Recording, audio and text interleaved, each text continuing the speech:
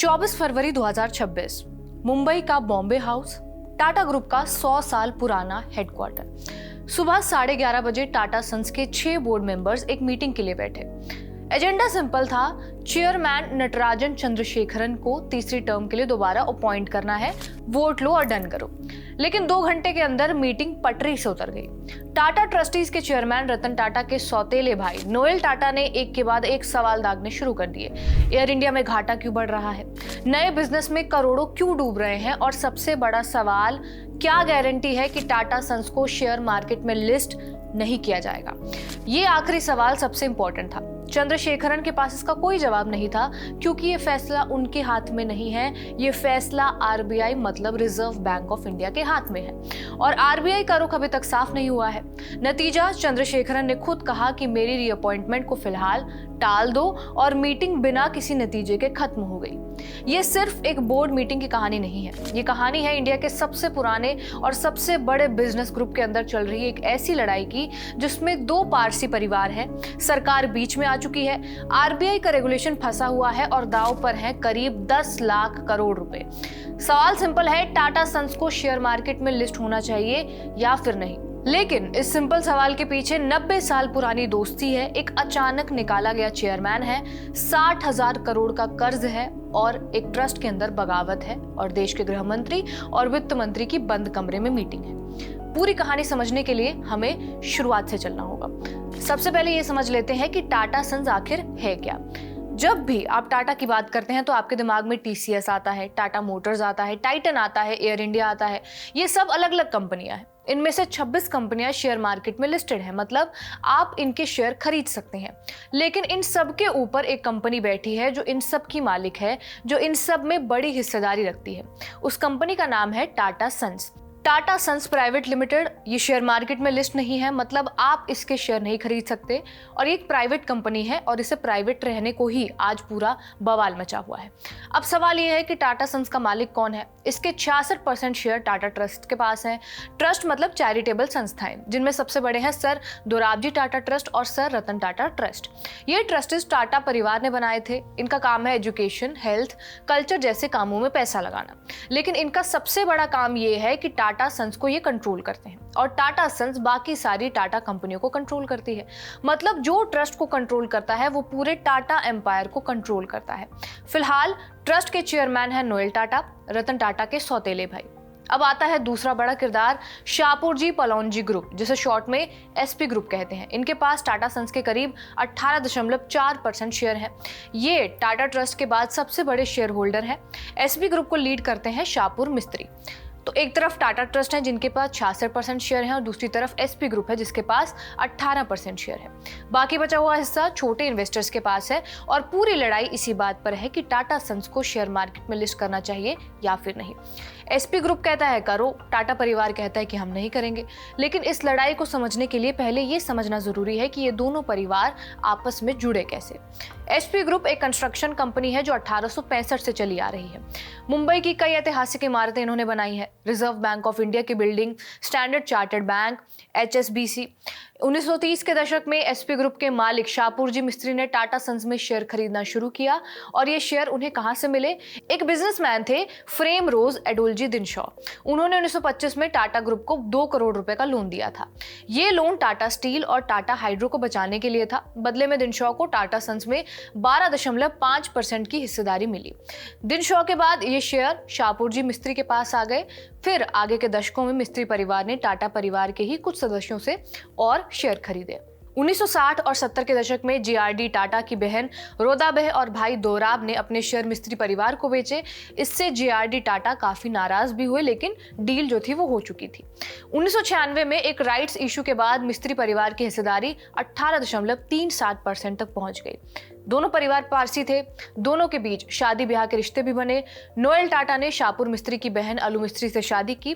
मतलब ये दोनों परिवार सिर्फ बिजनेस पार्टनर नहीं थे, रिश्तेदार भी थे, और दशकों तक ये रिश्ता ठीक ठाक चलता रहा। मिस्त्री परिवार ने कभी कंट्रोल की मांग नहीं की। टाटा ट्रस्ट ने भी मिस्त्री परिवार को इज्जत दी, लेकिन 2012 में ये सब बदल गया। 2012 में रतन टाटा ने रिटायरमेंट ले लिया। उनकी जगह लेने के लिए चुना गया साइरस मिस्त्री को। साइरस शाहपुर मिस्त्री के छोटे भाई थे। 74 सालों में पहली बार कोई गैर टाटा सन्स का चेयरमैन बना और सबको लगा कि ये एक नई शुरुआत है, फ्रेश पर्सपेक्टिव आएगा। शुरू में तो सब ठीक रहा, लेकिन धीरे धीरे रतन टाटा और साइरस मिस्त्री के बीच सोच का फर्क दिखने लगा। साइरस चाहते थे कि घाटे में चल रहे बिजनेस बंद किए जाएं या फिर बेचे जाएं। रतन टाटा चाहते थे कि ग्रुप की विरासत और लंबे वक्त की स्ट्रैटेजी को प्राथमिकता मिले। ये मतभेद बढ़ता गया और फिर अक्टूबर 2016 में टाटा सन्स के बोर्ड्स ने अचानक साइरस मिस्त्री को चेयरमैन पद से हटा दिया। रतन टाटा अंतरिम चेयरमैन बन गए। साइरस ने इसे अपनी बेइज्जती माना। उन्होंने एक लंबा लेटर लिखकर टाटा ग्रुप की समस्याओं और फैसलों पर सवाल उठाए। मामला कोर्ट तक गया। NCLT यानी कि national company law appellate tribunal ने साइरस को वापस बहाल किया, लेकिन 2021 में सुप्रीम कोर्ट ने टाटा सन्स का फैसला सही ठहराया और साइरस की बर्खास्तगी को कायम रखा। लेकिन इस पूरे झगड़े ने एक बात साफ कर दी, टाटा परिवार और मिस्त्री परिवार के बीच का भरोसा टूट चुका था। और फिर 2022 में 2 बड़ी मौतें हुई। जून 2022 में पलोनजी मिस्त्री का निधन हुआ, 93 साल की उम्र। और फिर 2 साल बाद 2022 में साइरस मिस्त्री के कार एक्सीडेंट में मौत हो गई। दोनों किरदार जा चुके थे, लेकिन 18.4% शेयर और उससे जुड़ा विवाद जो था वो जिंदा रहा। इसी साल 2022 में एक और बड़ी बात हुई जिसने इस पूरे मामले को नई दिशा दे दी। रिजर्व बैंक ऑफ इंडिया ने टाटा सन्स को अपर लेयर NBFC कैटेगरी में डाल दिया। NBFC मतलब नॉन बैंकिंग फाइनेंशियल कंपनी, ऐसी कंपनी जो बैंक तो नहीं है लेकिन फाइनेंशियल काम करती है, जैसे कि लोन देना, इन्वेस्टमेंट करना। अब RBI ने NBFC को 4 लेवल में बांटा है, बेस, मिडल, अपर और टॉप। अपर लेयर वो कंपनियां हैं जो बहुत बड़ी हैं, जिनका असर पूरे फाइनेंशियल सिस्टम पर पड़ता है। और RBI का नियम ये है कि अपर लेयर की NBFC को 3 साल के अंदर शेयर मार्केट में लिस्ट होना जरूरी है। मतलब टाटा सन्स की डेडलाइन बनी 30 सितंबर 2025। ये सुनकर SP ग्रुप तो खुश हो गया, क्योंकि अगर टाटा सन्स लिस्ट होती है तो उनके 18% शेयर की मार्केट वैल्यू बनेगी, वो शेयर बेच सकेंगे, पैसा मिलेगा। लेकिन टाटा ग्रुप ने इसे रोकने की कोशिश शुरू कर दी। टाटा सन्स का कहना था कि वो कोई फाइनेंशियल कंपनी है ही नहीं, वो एक इंडस्ट्रियल होल्डिंग कंपनी है। लोन देना, इन्वेस्टमेंट करना उनका मेन बिजनेस है ही नहीं, इसीलिए NBFC वाले नियम उस पर लागू नहीं होने चाहिए। टाटा सन्स ने एक बड़ा कदम उठाया। फाइनेंशियल ईयर 2023-24 में कंपनी ने अपना पूरा कर्ज चुका लिया, करीब 21,813 करोड़ रुपए, और मार्च 2024 में RBI से अपनी NBFC रजिस्ट्रेशन वापस करने की अर्जी लगा दी। तर्क ये कि जब कर्ज ही नहीं रहा तो फाइनेंशियल एक्टिविटी ही नहीं रही, तो NBFC का टैग मिलेगा क्यों?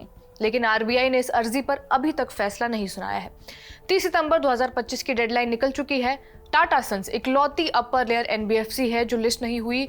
अब तक की कहानी आपको उम्मीद होगी समझ आ गई होगी, लेकिन इस कहानी में एक बड़ा मोड़ और आता है एक और मौत के साथ। अक्टूबर 2024 में रतन टाटा का निधन हुआ। 86 साल की उम्र। रतन टाटा सिर्फ एक बिजनेसमैन नहीं थे, वो टाटा ग्रुप की आत्मा थे। उनकी इच्छा हमेशा रही कि टाटा सन्स प्राइवेट ही रहे, और उनके जीते जी किसी ने इस बात को सीरियसली चैलेंज नहीं किया। लेकिन उनकी मौत के सिर्फ 2 दिन बाद टाटा ट्रस्ट के बोर्ड ने नोएल टाटा को अपना नया चेयरमैन बना दिया और यहीं से चीजें तेजी से बदलने लगी।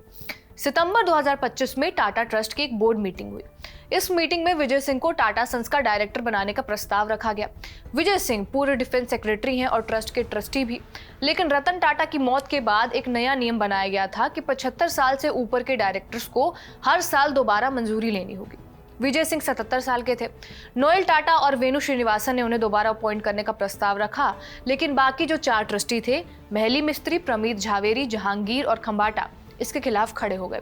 ये 4 लोग मेजॉरिटी में थे। प्रस्ताव गिर गया, विजय सिंह को पद नहीं मिला। इसके बाद इन्हीं 4 ट्रस्टीज ने महली मिस्त्री को डायरेक्टर बनाने की कोशिश की। महली मिस्त्री SP ग्रुप को लीड करते हैं, लेकिन नोएल टाटा और वेणु श्रीनिवासन ने इसे रोक दिया। उनका कहना था कि इतने बड़े पद पर नियुक्ति सही और पारदर्शी तरीके से होनी चाहिए। ट्रस्ट 2 धड़ों में बट गया। एक तरफ है नोएल टाटा, दूसरी तरफ है SP ग्रुप से जुड़े ट्रस्टी, और उसी बीच एक और विवाद उठा। बाई हीराबाई चैरिटेबल इंस्टीट्यूशन, जो टाटा ट्रस्ट का ही एक हिस्सा है, उसमें महली मिस्त्री ने सवाल उठाया कि वेणु श्रीनिवासन और विजय सिंह नॉन पारसी हैं, और ट्रस्ट की 1923 की डीड के मुताबिक ट्रस्टी पारसी और मुंबई का निवासी होना चाहिए, यानी उन्हें ट्रस्टी बनाना ही गलत था। इस विवाद में वेणु श्रीनिवासन ने इस ट्रस्ट से इस्तीफा दे दिया, और उनके बाद महली मिस्त्री ने भी टाटा ट्रस्ट से इस्तीफा दे दिया नवंबर 2025 में। अपने इस्तीफे में उन्होंने लिखा कि वो किसी तरह का विवाद नहीं चाहते, लेकिन असली सवाल यह है कि SP ग्रुप टाटा सन्स की लिस्टिंग इतनी जोर से क्यों मांग रहा है। इसका जवाब है पैसा। एसपी ग्रुप पर इस वक्त करीब 55 से 60 हजार करोड़ रुपए का कर्ज है और इस कर्ज का बड़ा हिस्सा टाटा सन्स में उनकी 18% हिस्सेदारी के सहारे लिया गया है। मतलब उन्होंने अपने टाटा सन्स के शेयर गिरवी रखकर प्लेज करके कर्ज उठाया है। 2025 में एसपी ग्रुप ने इंडिया की सबसे बड़ी प्राइवेट क्रेडिट डील की, $3.4 बिलियन का एक जीरो कूपन बॉन्ड। मतलब ब्याज बीच में नहीं मिलेगा, 2028 में मैच्योरिटी पर एक साथ सारा पैसा देना होगा। इस डील पर सालाना 19.75% का रिटर्न तय हुआ और ये बहुत महंगा कर्ज है। अब समस्या ये है कि टाटा सन्स के शेयर प्राइवेट हैं, मार्केट में इनकी कोई कीमत नहीं है और ना इन्हें आसानी से बेच सकते हैं ना ट्रांसफर कर सकते हैं। टाटा सन्स के आर्टिकल्स ऑफ एसोसिएशन में लिखा है कि शेयर फ्रीली ट्रांसफरेबल नहीं है। मतलब एसपी ग्रुप के पास 18% शेयर तो हैं, लेकिन वो उन्हें खुले बाजार में बेच नहीं सकते और उनके पास एक ऐसी संपत्ति है जिसकी कीमत 20 से 30 बिलियन डॉलर्स यानी करीब 1.7 से 2.5 लाख करोड़ रुपए हो सकती है, लेकिन वो उसे कैश में नहीं बदल सकते। ये ऐसा है जैसा आपके पास एक महल हो लेकिन आप उसे बेच नहीं सकते और बिजली का बिल भरने के लिए आपके पास पैसे नहीं है। इसलिए एसपी ग्रुप चाहता है कि टाटा सन्स शेयर मार्केट में लिस्ट हो। लिस्ट होने के बाद शेयर की मार्केट प्राइस बनेगी, वो शेयर बेच सकेंगे और अपना कर्जा चुका सकेंगे। दूसरी तरफ टाटा परिवार लिस्टिंग क्यों नहीं चाहता? इसके पीछे कई कारण हैं। पहला और सबसे बड़ा कारण है कंट्रोल। अभी टाटा ट्रस्ट के पास कितना कंट्रोल है? 66%। इसका मतलब है कि हर बड़ा फैसला उनकी मर्जी से होता है और उनके पास वीटो पावर है। लेकिन अगर कंपनी लिस्ट हो जाती है तो सेबी यानी कि security and exchange board of India के नियम लागू हो जाएंगे और छोटे शेयर होल्डर्स को भी बड़े फैसलों में वोट देने का अधिकार मिल जाएगा। मतलब फैसले सिर्फ ट्रस्ट के हाथ में नहीं रहेंगे। दूसरा कारण है होल्डिंग कंपनी डिस्काउंट। जब कोई होल्डिंग कंपनी लिस्ट होती है तो मार्केट में उसके शेयर की कीमत उसकी सब्सिडरी कंपनियों की कुल वैल्यू से 30 से 60% कम ट्रेड होती है। ये पूरी दुनिया में होता है, तो टाटा सन्स की वैल्यू शेयर मार्केट में उतनी नहीं आएगी जितनी कागज पर दिखती है। तीसरा कारण है डर। अगर एसपी ग्रुप अपने शेयर खुले बाजार में बेचता है तो वो किसी अनजान बाहरी इन्वेस्टर के पास जा सकते हैं और कोई बाहरी इन्वेस्टर टाटा ग्रुप में हिस्सेदार बन जाए, ये टाटा परिवार को मंजूर नहीं है। ये मामला इतना बड़ा हो गया है कि सरकार को भी बीच में आना पड़ा। अक्टूबर 2025 में नोएल टाटा, वेणु श्रीनिवासन और डेरियस खंबाटा को दिल्ली बुलाया गया। वहां बंद कमरे में उनकी मीटिंग हुई गृह मंत्री अमित शाह और वित्त मंत्री निर्मला सीतारमण से। ये मीटिंग क्यों जरूरी थी? क्योंकि टाटा सन्स सिर्फ एक कंपनी नहीं है, ये देश की इकोनॉमी का एक पिलर है। टाटा ग्रुप की सालाना रेवेन्यू $180 बिलियन यानी कि करीब 15 लाख करोड़ रुपए है। ग्रुप में 10 लाख से ज्यादा लोग काम करते हैं। Tata semiconductors, defence, aviation, battery जैसे सेक्टर्स में बड़ा इन्वेस्टमेंट कर रहा है और ये सब नेशनल इंटरेस्ट के सेक्टर्स हैं। अगर टाटा ग्रुप में किसी भी तरह की इंस्टेबिलिटी आती है तो उसका असर सिर्फ शेयर होल्डर्स पर नहीं, पूरे देश पर पड़ेगा। इस मीटिंग के कुछ ही हफ्तों बाद महली मिस्त्री ने अपना लीगल कदम वापस ले लिया और नवंबर 2025 में ट्रस्ट से इस्तीफा दे दिया। कुछ रिपोर्ट्स बताती हैं कि सरकार ने दोनों पक्षों को शांत रहने और आपस में बात करके हल निकलने का संदेश दिया, लेकिन हल जो है वो अभी तक निकला नहीं है। एक ऑप्शन ये है कि टाटा ग्रुप एसपी ग्रुप के 4 से 5% शेयर वापस खरीद ले और इससे एसपी ग्रुप को करीब 29,000 करोड़ रुपए मिल सकते हैं। कर्ज से थोड़ी राहत तो मिल जाएगी, लेकिन एसपी ग्रुप का पूरा कर्ज 60,000 करोड़ है। 29,000 करोड़ से काम नहीं चलेगा। दूसरा ऑप्शन ये है कि एसपी ग्रुप पूरी तरह से टाटा सन्स से बाहर निकल जाए, लेकिन 18% शेयर खरीदने के लिए इतना बड़ा पैसा कहां से आएगा? और तीसरा ऑप्शन है आईपीओ, शेयर मार्केट में लिस्टिंग, जो एसपी ग्रुप चाहता है और टाटा परिवार नहीं चाहता। इस केस में हाल ही में एक नया ट्विस्ट आया है। जैसा हमने आपको शुरू में बताया, 24 फरवरी 2026 की बोर्ड मीटिंग में नोएल टाटा ने चंद्रशेखरन की रीअपॉइंटमेंट पर 4 शर्तें रखी। पहली ये कि टाटा सन्स कभी लिस्ट नहीं होगी, दूसरी कंपनी पर कोई कर्ज नहीं होगा, तीसरी हाई रिस्क वाली इन्वेस्टमेंट में खर्च कम होगा और चौथी एयर इंडिया और बिग बास्केट जैसे बिजनेस में घाटा कम करो। इन शर्तों के पीछे एक बड़ी चिंता भी थी। इकोनॉमिक टाइम्स की रिपोर्ट के मुताबिक टाटा सन्स के नए बिजनेस फिस्कल ईयर 2025-26 में करीब 29,000 करोड़ रुपए का नुकसान दिखा सकते हैं और पहले यह अनुमान सिर्फ 5,700 करोड़ का था।